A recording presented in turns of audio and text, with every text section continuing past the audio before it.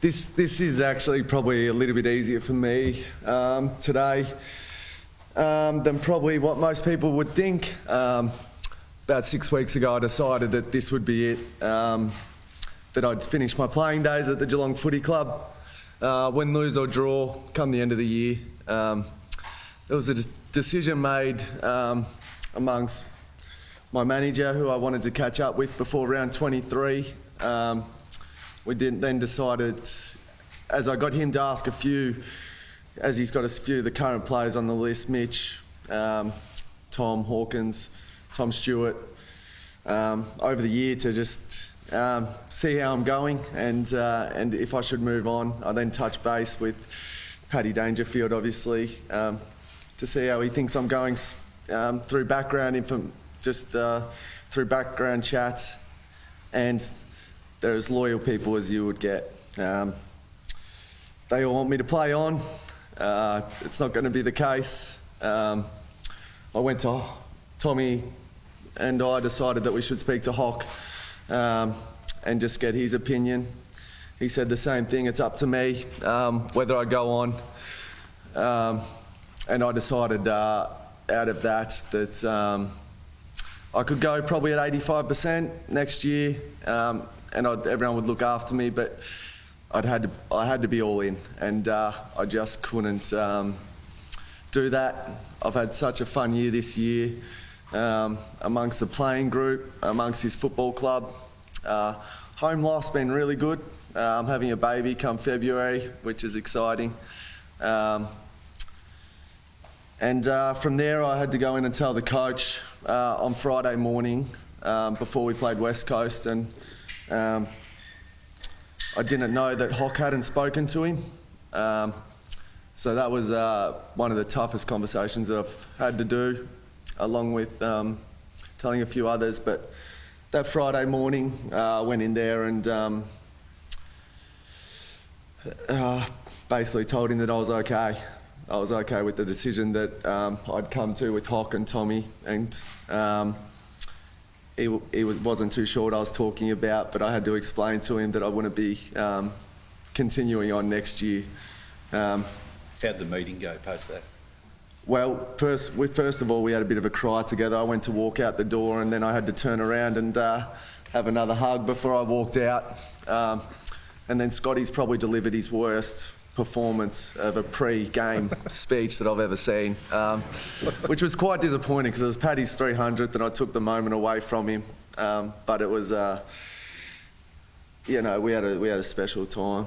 I couldn't even tell a couple of my best mates until grand final week, Footy and Brocky. Couldn't tell any of the players, couldn't let them play on emotion. So it was a visit to Hawk's house yesterday morning, which wasn't easy. Popped into Mitch's on the way from there, and then as the day went on, I grabbed a few other of the important people at this footy club. That's, everyone's important, sorry, but Paddy, Stewie, Blitz and Guth, who I played footy with for over 200 games, majority of them. It's been unbelievable. I've had great support the whole way along. Managers, Tommy and Catherine, can't thank them enough. They know that they've guided me the whole journey with what I should be doing, who I should be speaking to, how I deliver things. My family sit in the front row, 3 brothers that I've grown up, we've played footy against each other at the highest level. I got to play with one of them. Whatever I say, it won't do them justice. Mum and Dad, the journey started, and I just can't really put into words, and I can't understand how they did what they did for us boys back then, and got us to games and fed us, and we're here, we all had a good crack at it. The journey's been good. And I just want to speak about the Geelong Footy Club as a whole. I've played under 3 presidents. I've had 2 coaches, 2 CEOs, 3 footy managers. it's just such a stable and unbelievable place to go to work, led by those people that have been in charge over those times. But they put people in underneath them that love going to work. You don't come to the Geelong Footy Club to go to work for money. You come for the experience, and I've loved every part of that. I guess I can pass it over to whoever now. I'm a bit sick of speaking. We'll just open up to questions now from the floor, so happy to take any. Joel, did anyone try and change your mind, and did they have any success to wrestle with this decision? It sounds like it was one you came to reasonably comfortably. Is that correct? Yeah, very comfortably. I played okay in that last game of the year against West Coast, and then in the first final I went okay again, and it was probably only my wife that said, "Are we making the right decision?" At that stage, there was only 6 people that knew. My brothers didn't even know at that stage. Decided to tell them a little bit more further down the track. So it was an easier decision. I chose to do it that way. Do you think it would have changed your mind as a result of your mind on Saturday? Nope. How much satisfaction do you take, Joel, from the way you were playing when you finished up and to get that ultimate success in that last game? So, I mean, not many players get to make it that way. Yeah, I just feel so lucky. I've just spoken to the boys down in the rooms, and I was looking around the rooms, and I just saw people that I wanted to go to work with, and I'm wondering what I'm going to do next year, and I'm not going to be with people like that. They've all been a joy. Footy clubs are special, and I'm in a really special one. How did you ready yourself to talk to your teammates? I actually didn't. I wasn't going to, but then I woke up this morning at 3 a.m. and my wife called me again, probably thinking about what I was going to say, and if I was going to deliver it perfectly and get it right. And then I've never been that way. I've sort of I enjoy the emotional intelligence side of life, where you just do things off the cuff sometimes, and I just told them that they're so lucky for being here, and I've enjoyed their company. I'll turn into the biggest fan. I asked a couple of them if they'd find me some tickets, because I've never had to do that before, but I'm sure we'll work that out. How hard was it, grand final day, knowing that it'll be your last game of football, preparing, but not being able to share that information with any of your teammates? No, that was easy. No, the game was, as I said, probably pre the game. I played every game like it was my last. The game's really hard. I said when I could probably go 85% next year. I know that's not good enough. You got to go all out, and I was ready for that. Straight away, when I decided that it was going to be it, I knew that I had to just buckle in for 6 weeks here and make sure I get the job done. Chris, can you take us into that meeting before round 23? And obviously, you would have been a bit surprised not having that heads up. Well, Joel and I in particular have spoken about the inevitability of that day coming. But the thing that continually struck me about Joel was his ability to care for others and prioritise others. So, the end of, in my opinion, he's the best. When you take everything into consideration, he's the best player I've ever seen, and the best representative of the Geelong Footy Club that you could possibly imagine. And so, even when the opportunity came for him to take a bit of the limelight, his priority was to make sure that his decision didn't negatively impact anyone else. And if you don't mind me saying, he spoke really well just before to the rest of the playing group around the need to keep it from everyone so they could prioritise the team performance going into a final series. Did play pretty well in that last game against West Coast and the first final as well. And yeah, I think he was committed to his decision, but the greatest going out on top, I just can't think of a better way for Joel to finish. And he's just I think he'll still be our biggest fan. You know, he spoke much better about it 15 minutes ago than I am now, but he doesn't know any other way. And that's only one of the reasons we love him. And the reason why it was kept from Chris was so they had a moment that was authentic. Joel, we see you as this sort of steely person on the outside. You know, we've seen a whole lot more emotion in the last week. Has it sort of surprised you outside of you at times? I am pretty soft at times. I'm looking at my wife here. I do cuddle her. I do love her. And I think the boys know that side of me probably within the locker room a lot more too. It's funny, I take you into a moment on the weekend, but I came off in the last quarter. Sam de Koning was on the interchange bench with me on one side. Blitz was on the other side. And Sam just said, you can't finish. Which is pretty special, like a 21-year-old kid. Probably read the moment. Blitz knew that I was in a bit of trouble. The heart was racing, the eyes were watering. And I knew that I was going out for my last 15 minutes of the game, of my career. And I am a little bit soft. How do you think you'll be feeling come round one next year? There'll be a stage where I absolutely miss it. I'm okay now. I'll miss it when the boys go back to training.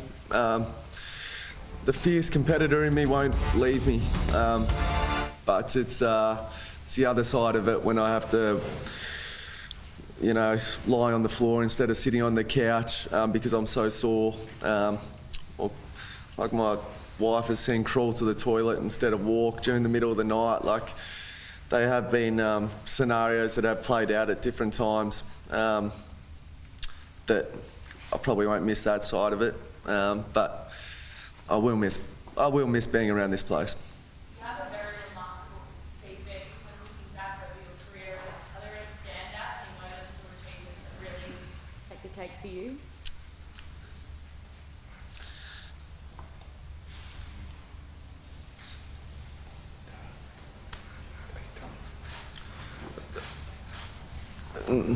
It's the people you play with. It's the front row. It's the people you play with.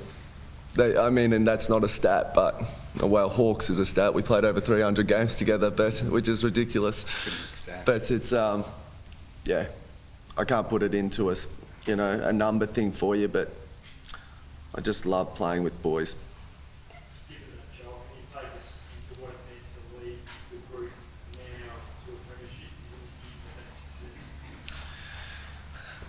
that success? I think I probably would have been okay, Pete, either way. Well, I was going to have to be because I'd made that decision and I wasn't changing it. But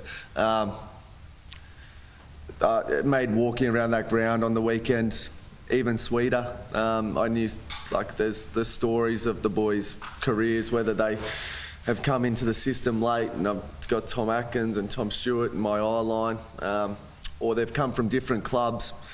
And they've got to see a piece of the Geelong Footy Club. You know, I just hope I've set it up, and with a number of different people, that these boys just enjoy being around the place, and they just want to go to work and get the best out of each other. That's what I'd probably sum it up and want to be reminded for. What are you planning on doing? Well, I plan on probably buying some golf clubs. My wife's probably going to ask us to call into Geelong Travel after this and go somewhere on a holiday. But no, like I've probably mentioned, but I was all in.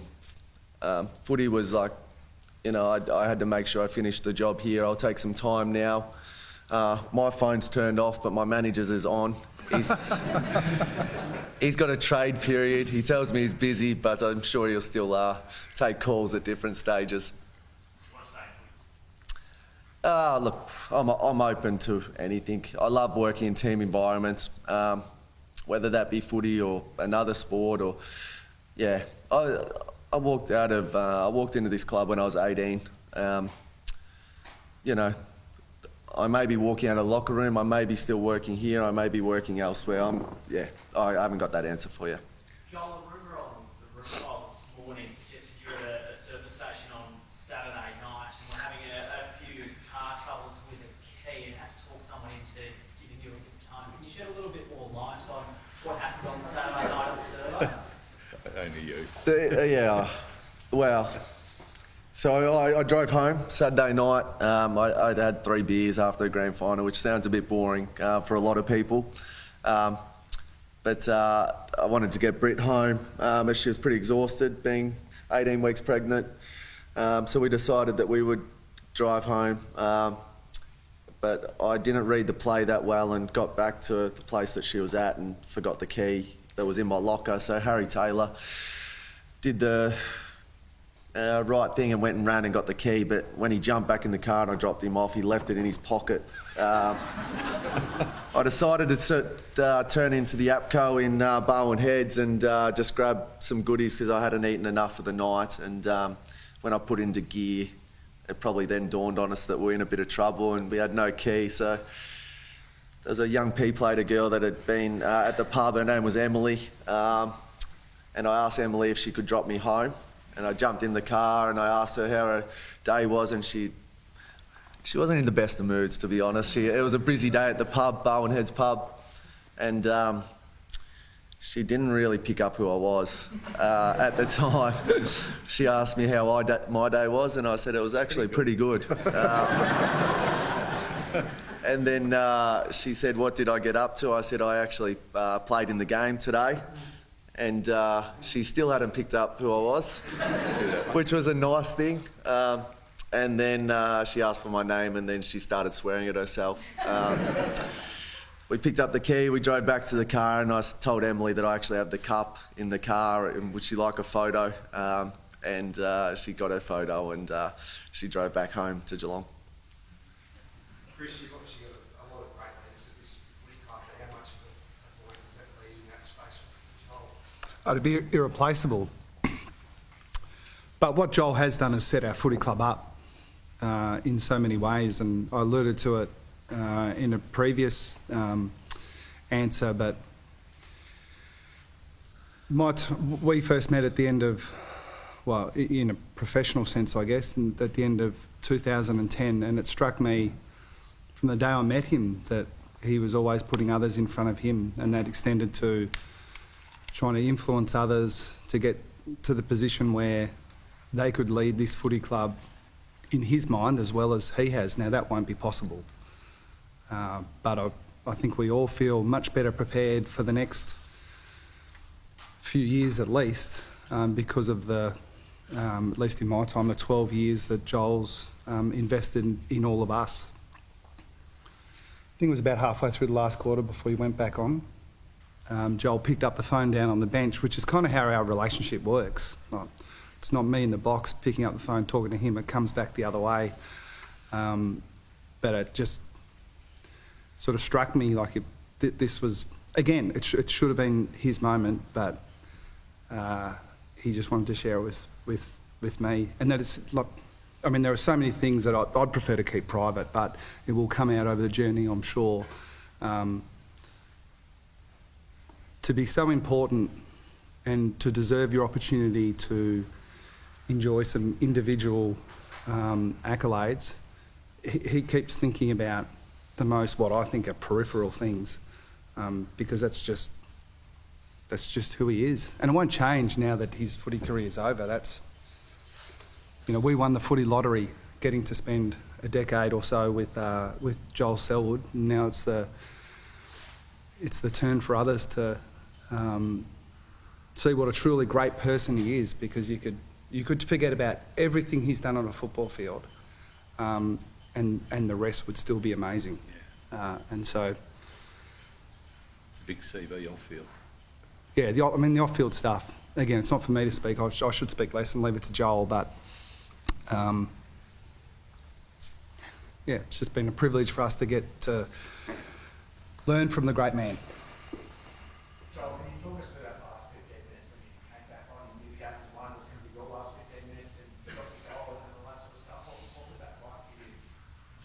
I felt like I was on a cloud, but I felt like I was in a cloud for probably the second half. It has been noted that I did tell the boys that we had won it during the three-quarter time huddle, but it took me back to a great captain and a coach that I had back in 2007 on that we make sure that we play the game out for the last 30 minutes as hard as what we've played out for the whole year. I reminded the boys. It was actually, it was a nice 15 minutes. Yeah. And the goal, it's probably my best goal I've ever kicked. But it's only because Hawke wasn't in my eye line, and Tyson, I think he was, but Tyson doesn't think I kick it to him enough. So it was, yeah, I had a good day. There was that great shot of obviously you and Tom O'Sire, and the emotions obviously it's taken more context now. But how do you think Tom's going to go, and you're going to go without playing footy with Tom? How's that relationship going to go? Mitch will still kick it to him.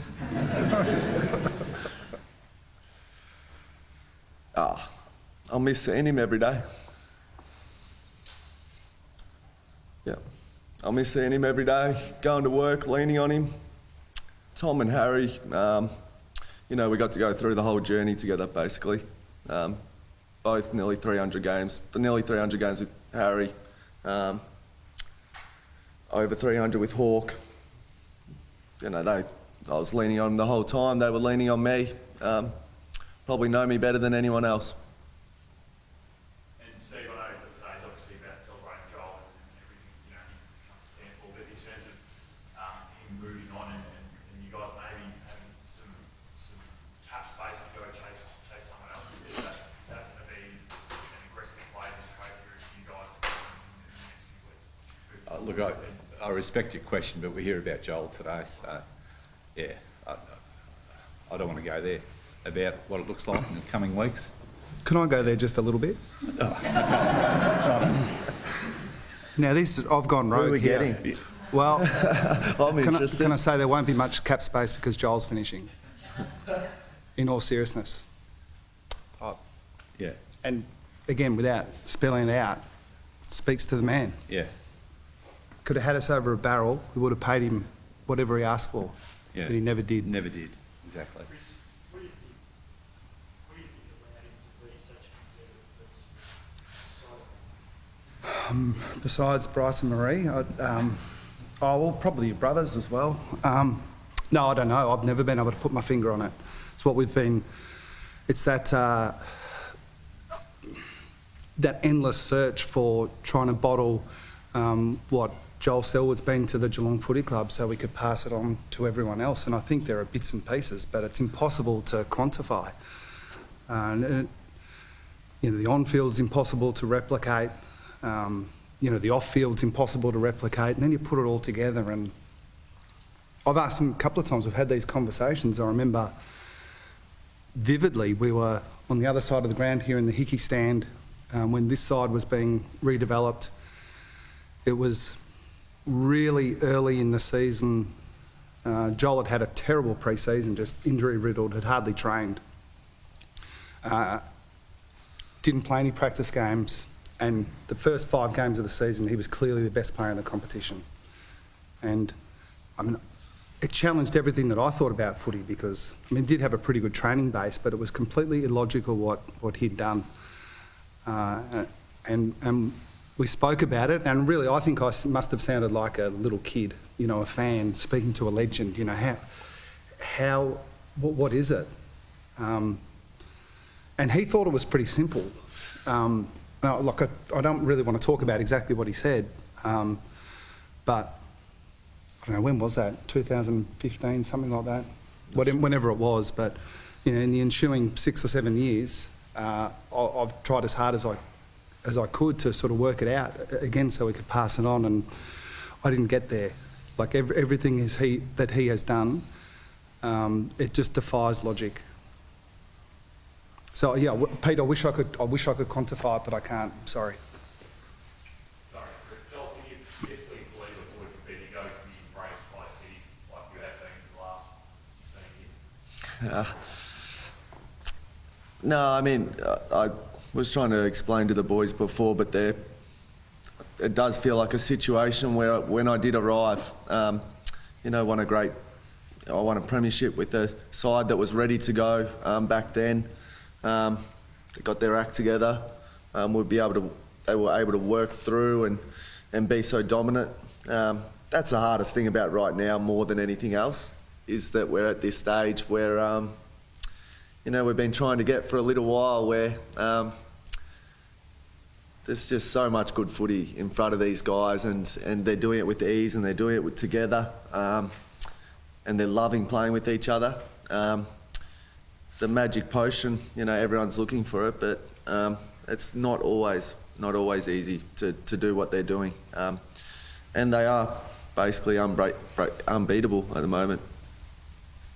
I'm sure there are lots of Cats fans crying at home today after Yeah. the news. How hopeful are you for the next generation of bringing perhaps a father, son, daughter? Nah, maybe not that last part. We'll wait and see. They can do whatever they want. Britt and I, they're driving into the games. Within that last 6 weeks, we saw all the 14s on the back, and you look at them and you just hope that they're not new jumpers because their parents aren't going to be happy. But yeah, it does make you pretty proud. Yeah, there'll be another number 14 one day, and they'll do it just as proud, just like any other number. But yeah, I don't know where to take it. What's your advice to the next captain? Have fun. Have fun. All right, we might wrap it up there, I think. Thank you all for coming down today. Yeah, appreciate it.